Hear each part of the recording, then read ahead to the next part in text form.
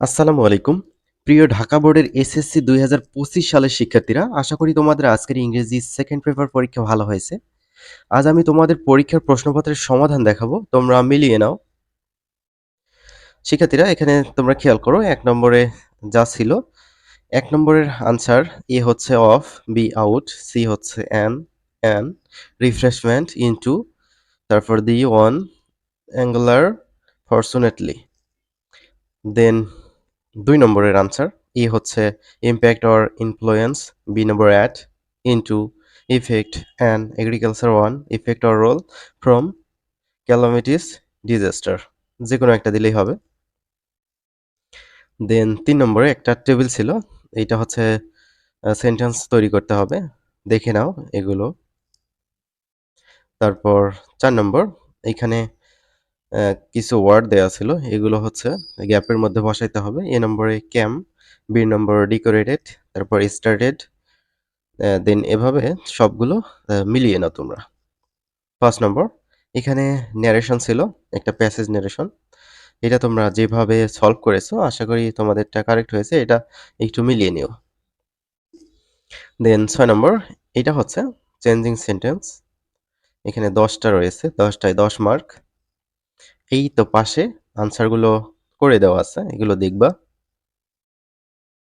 শিক্ষার্থীরা, পরবর্তী যে পরীক্ষা হবে সেই পরীক্ষার প্রশ্নপত্রের সমাধান তোমাদের দেখানো হবে। এক্ষেত্রে তোমরা চ্যানেলটি সাবস্ক্রাইব করে পাশে থাকা বেল আইকনটি প্রেস করে রাখবে।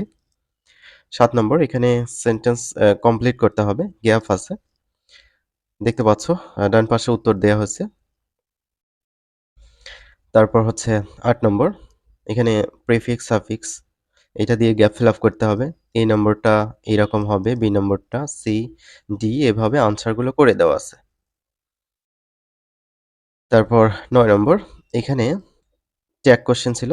প্রথমে হবে ডোন্ট দে, তারপর হবে ডাজ ইট, তারপর হবে don't we or haven't we, D number হবে ক্যান উই, ই নম্বর হবে ইজ ইট। ১০ নম্বর, এখানে complete the passage using suitable connectors. A number হবে দো অর অলদো, তারপর when, and or but, then last হবে that's why or so. ১১ number, hmm, একদম ছোট্ট একটা punctuation এসেছিল। খুবই সহজ হয়েছে আশা করি। এখানে তারপর হচ্ছে শেষে কোয়েশ্চেন মার্ক দিয়ে কোটেশন দিয়ে এটা শেষ করা হয়েছে। তারপর হচ্ছে ইট, আই বড় হাতের হবে। এখানে হচ্ছে আই বড় হাতের হবে। এখানেও আই বড় হাতের হবে। এখানে যে কোটেশন গুলো আছে ডাবল কোটেশন এগুলো ঠিকঠাক করে দিতে হবে। তো এই গেল তোমাদের grammar part. Are written part অবশ্য দেখানো হবে না। ওগুলো নিজের মতো করে নিয়েছো আশা করি। শিক্ষার্থীরা ভালো থেকো। পরবর্তী ভিডিওতে দেখা হবে। আল্লাহ হাফেজ।